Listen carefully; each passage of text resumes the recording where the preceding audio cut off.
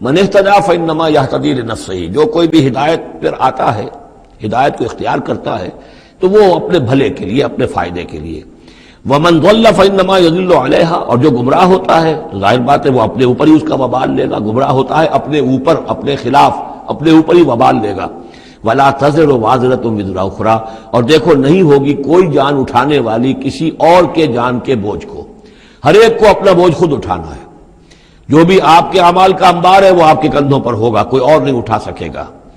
وما كنا معذبين حتى نبعث رسولا ومن ضل ولا تزر وازرة وزر اخرى وما كنا معذبين حتى نبعث رسولا. یہ میں نے پہلے بھی حوالہ دیا تھا. آج یہ اللہ کی سنت رہی ہے کہ کسی قوم کے اوپر عذاب ہلاکت، عذاب استیصال، چھوٹے عذاب تو آتے رہتے تھے، لیکن یہ کہ بڑا عذاب جس سے کہ قوم کو نسیہ منسیہ کر دیا جائے، جیسے قوم نوح اور قوم ہود اور قوم صالح پر آئے وغیرہ، ان کے بارے میں اللہ کا قانون یہ ہے کہ جب تک رسول کو نہ بھیج دیا جائے، رسول حق کا حق ہونا واضح نہ کر دے، کوئی اشتباہ نہ رہے، حق مبرہن ہو جائے، اتمام حجت ہو جائے.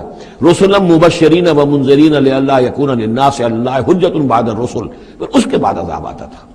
وما كنا معذبین حتی نبعث رسولا، ہم عذاب دینے والے نہیں رہے ہیں جب تک کہ رسول نہ بھیج دیں.